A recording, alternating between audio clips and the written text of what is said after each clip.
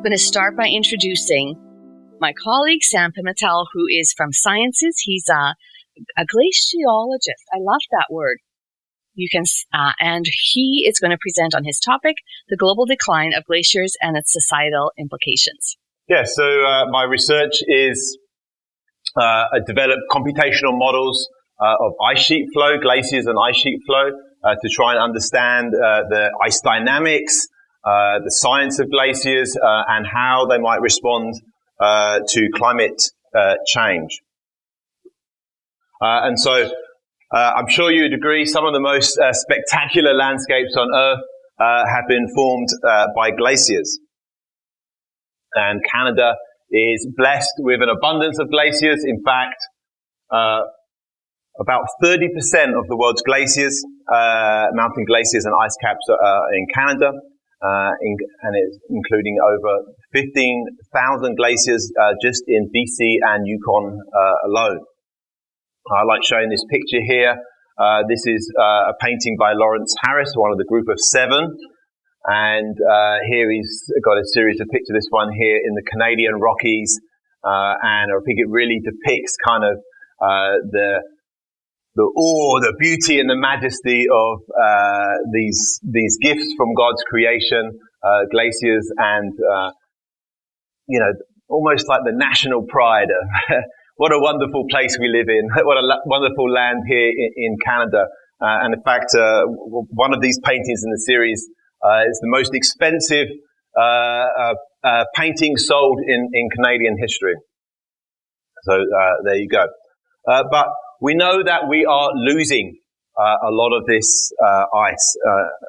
In fact, the Earth has lost 28 trillion tons of ice between 1994 and 2017. Kind of just an eye-watering statistic. And this loss of grounded ice causes sea level rise. So for that period alone, just 35 millimeters. Now, most of our ice is stored in the big ice sheets. Antarctica and Greenland, these are the big beasts, store most of our ice. And just a small fraction here, you can see, of ice is stored in glaciers. Now, for this talk, I just want to focus on glaciers. I'm not going to ignore the big ice sheets. I don't have time to cover those in my short time here. But I want to say that glaciers, if you like, punch above their weight. So if you're talking about sea level rise contribution, there's, hand wavy, there's 3 main parts to sea level rise. One is with atmospheric warming, the oceans will warm, and warm things expand. So the ocean's expanding, that's causing sea level rise. The other contribution comes from the ice sheets, Greenland, melt from Greenland in particular, but also some from Antarctica. And then roughly the other third is from melt from glaciers that is contributing to sea level rise. So it's important when we consider that. Okay, so I'm sure many of you have seen these kind of before and after pictures. We all know that glaciers are retreating. We can see this in recorded history, thinning. This is the Alabaster Glacier in Jasper National Park here in Canada.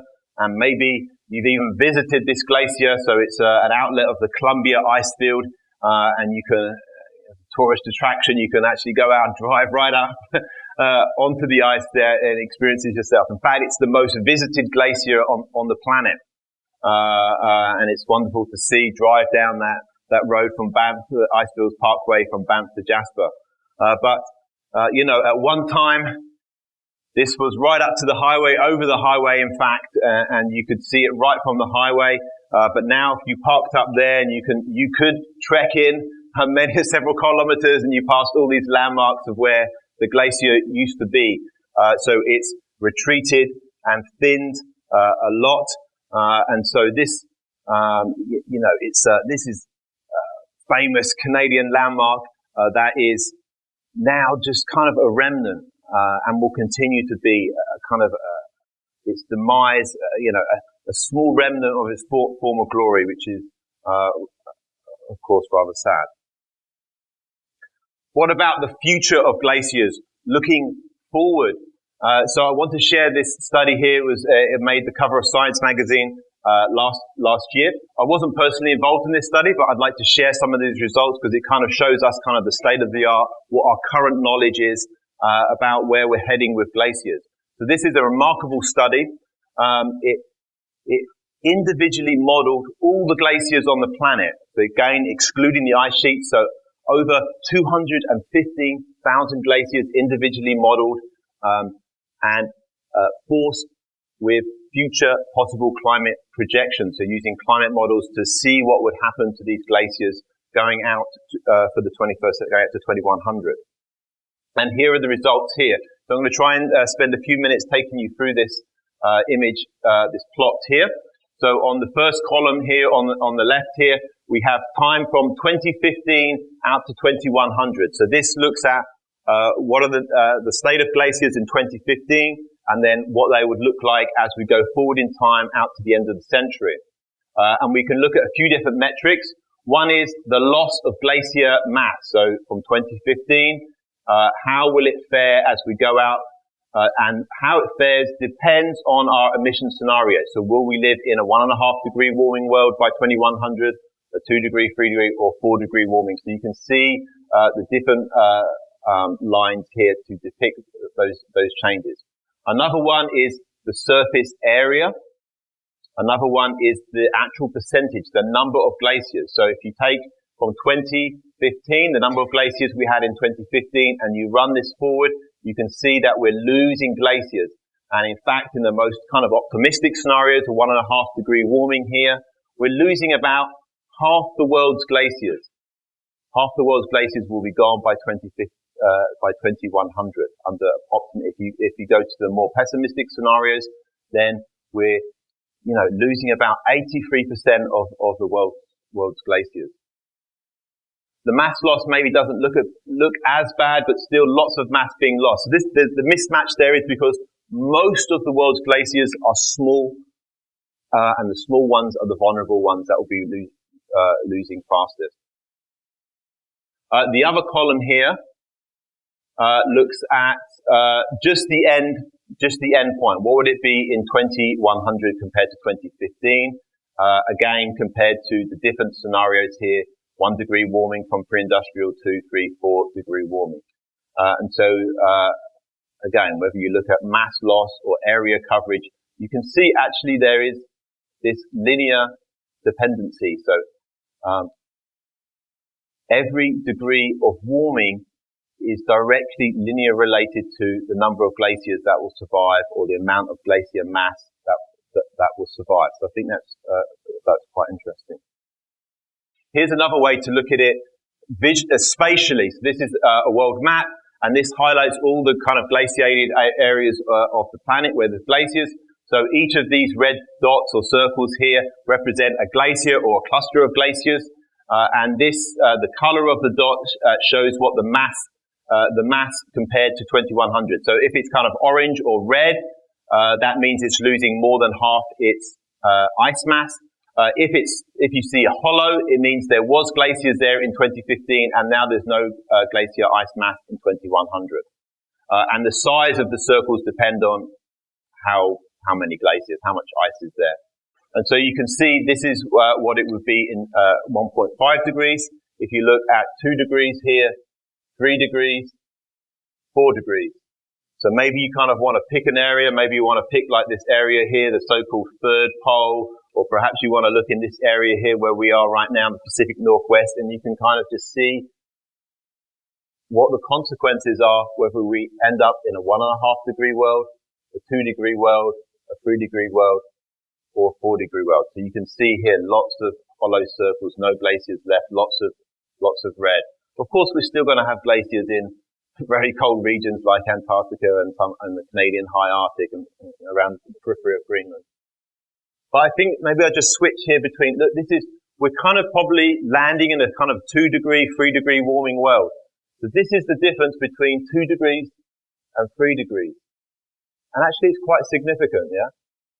If we manage to get to 2 degrees versus 3 degrees, it actually makes quite a bit of difference to how much glacier ice remains. Okay, so what are the consequences for that?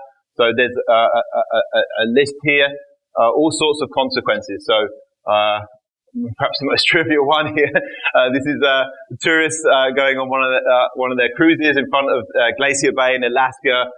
Again, taking in the beauty of creation, this awe-inspiring here. But we know, in a decade's time, this will no longer be a marine terminating glacier. You won't be able to see the icebergs breaking into here. And then in another decade's time, it would have retreated and thinned beyond the bedrock hump, and it will be up in the valley, and we'll need binoculars to look at it. This is really sad. And this is actually a UN World UNESCO Heritage Site, and about 30 of these sites are heritage sites because they contain glaciers. But by 2100, actually half of them will no longer have glaciers. We can talk about in BC here, we generate electricity based on runoff. Of course, fresh water, meltwater supply is really, really, really critical for irrigating, for ecosystems, and of course, melting glaciers cause sea level rise. And so this is really important. This circle here, half the world's population that live in here, and this is where that third pole is. In fact, 1.9 billion people live downstream in mountainous areas that rely on glacier runoff. 200 million people live on land that is projected to be within the high tide mark by the end of the century.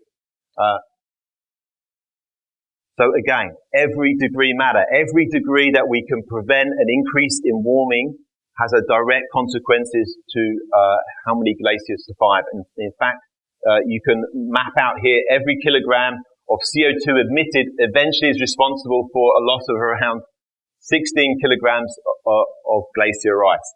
So final slide here to end. It really is up to us.